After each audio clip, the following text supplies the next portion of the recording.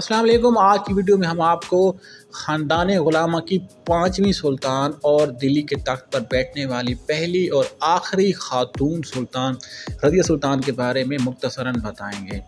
آپ سلطان شمس الدین التتمش کی بیٹی تھیں۔ سن 1190 میں سلطان محمد غوری نے جب لاہور پر قبضہ کیا تھا تو انہوں نے اپنے آزاد کردہ غلام قطب الدین ایبک کو لاہور کا گورنر نامزد کر دیا۔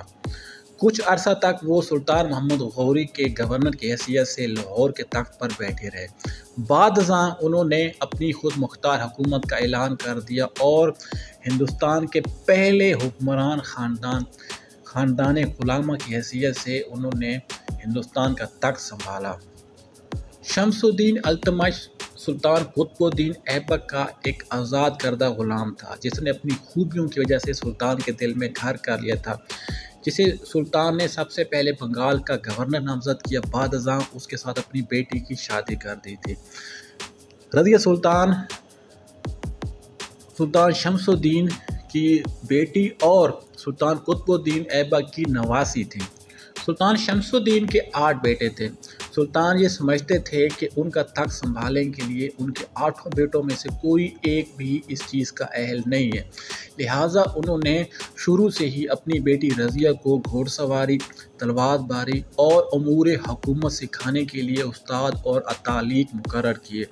چنانچہ تھوڑے ہی عرصے کے بعد انہوں نے تلوار بازی سیکھ لی، گھوڑ سواری سیکھ لی اور امور حکومت کے جو گر ہوتے ہیں وہ سارے کے سارے سیکھ لیے۔ چنانچہ سلطان شمس الدین التتمش نے اپنے جانشین کے طور پر اپنی بیٹی کو نامزد کر دیا۔ اس فیصلے پر کافی ساری چہ مگوئیاں ہوئیں۔ جو ان کے امراء تھے، جو دوسرے لوگ تھے، وہ اندر ہی اندر اس فیصلے سے ناخوش تھے، لیکن سلطان کے رعب کی وجہ سے وہ خاموش رہے۔ سن 1235 میں شمس الدین التتمش کی وفات کے بعد سلطان کے بڑے بیٹے رکن الدین نے بغاوت کر دی اور اپنی بہن کو تخت نشین کروانے کی بجائے اس نے تخت خود سنبھال لیا۔ رکن الدین ایک انتہا درجے کا نااہل اور عیاش حکمران تھا۔ اس نے تخت سنبھالتے ہی اپنی عیش پرستی شروع کر دی۔ تھوڑے ہی عرصے میں اس نے نظام حکومت کو بالکل کمزور کر دیا تھا۔ رکن الدین کی والدہ نے اور جو باقی سلطان کی بیویاں تھیں ان کو قتل کروا دیا، جس سے ان بیویوں کے جو خاندان والے تھے وہ رکن الدین کی والدہ سے ناراض ہو گئے۔ چنانچہ رضیہ سلطان نے ان سارے لوگوں کے ساتھ مل کر رکن الدین کے خلاف بغاوت کر دی اور اسے تخت سے اتار دیا۔ رضیہ نے سب پر یہ بات باور کروا دی تھی کہ چونکہ اس کے والد نے اسے اگر اپنا جانشین بنایا ہے تو وہ واقعی تخت کے لیے اہل تھی، اس لیے اس کو نامزد کیا گیا تھا۔ اور جو باقی اس کے کچھ امراء تھے اور کچھ جو سلطان کی بیویاں قتل ہوئی تھیں، ان کے جو خاندان کے افراد تھے انہوں نے مل کر رکن الدین کو 7 مہینے کے بعد تخت سے اتار دیا اور یوں رضیہ سلطان سن 1236 میں تخت کی وارث بن گئیں۔ اس سے پہلے وہ پردہ کرتی تھی، لیکن جیسے ہی انہوں نے تخت سنبھالا تو پہلی دفعہ وہ مردوں والا لباس پہن کے اور سر پر پگڑی سجا کے مردوں کی طرح نقاب اتار کے جب وہ تخت پر بیٹھی تو جو ان کے درباری امراء تھے یا جو دوسرے لوگ تھے ان کی آپس میں چہ مگوئیاں شروع ہو گئیں کہ وہ ایک خاتون کو اپنے سربراہ کے طور پر قبول نہیں کریں گے، لیکن سلطان کی گرج دار آواز نے ان سب کو خاموش کروا دیا اور انہوں نے یہ اعلان کیا کہ وہ شمس الدین التتمش کی نامزد کردہ حکمران ہیں، اگر کسی کو اعتراض ہے تو وہ میدان میں آ کر سامنا کرے۔ اور اسی بات کے زیر اثر کچھ طبقات نے اس کو سلطان ماننے سے انکار کر دیا اور اس کے خلاف بغاوت شروع کر دی، لیکن رضیہ نے ان سب کے ساتھ جنگ کی اور ان کو کیفر کردار تک پہنچا دیا۔ عورت جب گھر میں فارغ ہوتی ہے تو اسے محبت ہی سوچتی ہے، یہ مشہور زمانہ فقرہ اسی سلطان نے کہا تھا، لیکن اس کو یہ پتہ نہیں تھا کہ جو بات وہ عام لوگوں کے لیے کر رہی ہے وہ خود اس پر کسی دن فٹ ہو جائے گی۔ ہوا یہ کہ اس کے استبل کا ایک حبشی غلام ملازم یاقوتی سلطانہ کو بہت پسند آ گیا تھا اور سلطانہ اس کی محبت میں گرفتار ہو گئی تھی۔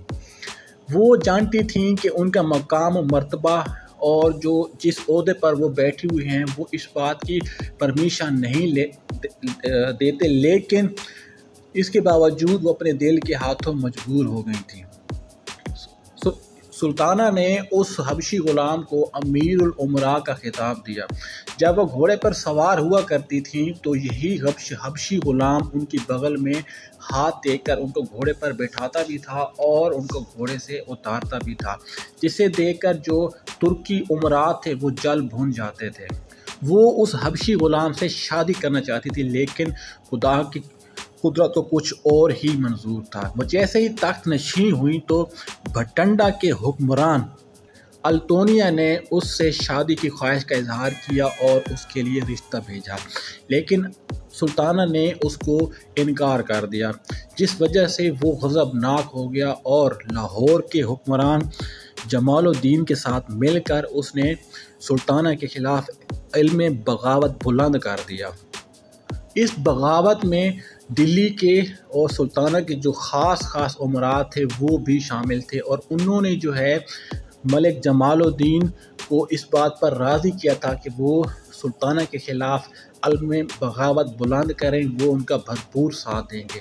چنانچہ جب انہوں نے بغاوت کی اور فوجیں انہوں نے دلی کے حدود پر لے آئے تو جو سلطانہ کی اپنی فوجیں تھیں انہوں نے بھی سلطانہ کے ساتھ بغاوت کر دی اور وہ جا کے ملک التونیا کی فوج کے ساتھ جا ملی۔ وہاں پر ایک خون ریز جنگ ہوئی۔ اس جنگ میں سلطانہ کے محبوب یاقوتی نے لڑتے لڑتے موت کو گلے لگا لیا اور وہ قتل کر دیا گیا۔ سلطانہ نے بھرپور کوشش کی، اپنی سر دھڑ کی بازی لگا دی، لیکن ان کی فوج کی تعداد بہت کم رہ گئی تھی، اس لیے وہ ملک التونیا اور جمال الدین کی فوج کے سامنے ہار گئیں اور سلطانہ کو قید کر لیا گیا۔ جیسے ہی سلطانہ قید ہوئیں تو ان کے چھوٹے بھائی معز الدین کو تخت پر بٹھا دیا گیا۔ دوران قید ہی ملک التونیا نے سلطانہ کو دوبارہ سے شادی کی پیشکش کی۔ سلطانہ جانتی تھی کہ وہ کسی بھی صورت اس کے لیے بہترین شوہر کے طور پر ثابت نہیں ہو سکتا، لیکن چونکہ حالات ہی ایسے تھے اس کے پاس کوئی اور حال ہی نہیں تھا اور اسے اس قید سے نکلنا بھی تھا، لہٰذا حالات سے مجبور ہو کر اس نے ملک التونیا کے ساتھ شادی کر لی۔ شادی کے کچھ عرصہ بعد اس نے ملک التونیا کو اس بات کے لیے قائل کیا کہ وہ شمس الدین التمش کی نامزد کردہ حکمران ہیں اور ان کے چھوٹے بھائی کو تخت پر بٹھا کر دراصل سلطان کے وعدے کے ساتھ اور سلطان کے ساتھ یہ زیادتی کی گئی ہے، اور وہ اپنے شوہر کو اس بات پر انہوں نے قائل کر لیا کہ وہ مل کر دلی کے تخت پر حملہ کرتے ہیں اور تخت خود سنبھالتے ہیں۔ چنانچہ ملک التونیا اس بات پر قائل ہو گیا اور انہوں نے سلطنت غلامہ کے چھٹے سلطان معز الدین کے خلاف علم بغاوت بلند کر دیا۔ اپنے لشکر کو لے کر ملک التونیا اور رضیہ سلطان دلی کے تخت پر چڑھ دوڑے۔ یہاں پر معز الدین نے اپنے بہنوئی اعزاز الدین بلبن کو ایک بڑا لشکر دے کر جنگ کے لیے بھیجا۔ خون ریز جنگ ہوئی، دونوں طرف کے فریقین نے سر دھڑ کی بازی لگا دی، لیکن چونکہ بلبن کی فوج زیادہ تھی اس لیے وہ ملک التونیا کی فوج پر غالب آ گئے اور انہوں نے رضیہ سلطان کو شکست فاش دی۔ وہاں سے پسپا ہو کر وہ اپنے علاقے میں جا چھپے۔ کچھ عرصہ تک انہوں نے اپنی فوج کو دوبارہ سے منظم کیا اور ایک دفعہ پھر کوشش کی، لیکن اس کوشش میں بھی ملک التونیا کو شکست ہوئی اور سلطان معز الدین کی فوج نے ان کی فوج کو شکست فاش دے دی۔ یہ اتنی خون ریز جنگ تھی کہ اس جنگ میں ملک التونیا کا ایک بھی سپاہی زندہ نہ بچ سکا اور سارے کے سارے جنگ میں قتل ہو گئے۔ جب ملک التونیا نے دیکھا کہ ان کا ایک بھی سپاہی زندہ نہیں رہا تو انہوں نے پسپا ہونے میں ہی عافیت سمجھی۔ وہ اور ان کی بیوی سلطانہ دونوں وہاں سے پسپا ہو کر چلے گئے۔ راستے میں ایک جگہ پر وہ رکے، وہاں پر ایک قافلہ گزر رہا تھا، اس قافلے سے انہوں نے کھانے کے لیے روٹی مانگی۔ جیسے ہی انہوں نے وہ روٹی کھائی اس کے بعد وہ روٹی کھاتے ہی مر گئے۔ کچھ لوگوں کا یہ خیال ہے کہ وہ روٹی دینے والے دراصل سلطان معز الدین کے سپاہی تھے جنہوں نے کھانے میں زہر ملا دیا تھا، اور جب دونوں نے کھانا کھایا تو زہر کی وجہ سے دونوں مر گئے۔ سپاہیوں نے ان دونوں کی لاشوں کو لے کر دلی آ گئے۔ یہاں پر سلطان معز الدین نے ترکمانی دروازہ پرانی دلی کے پاس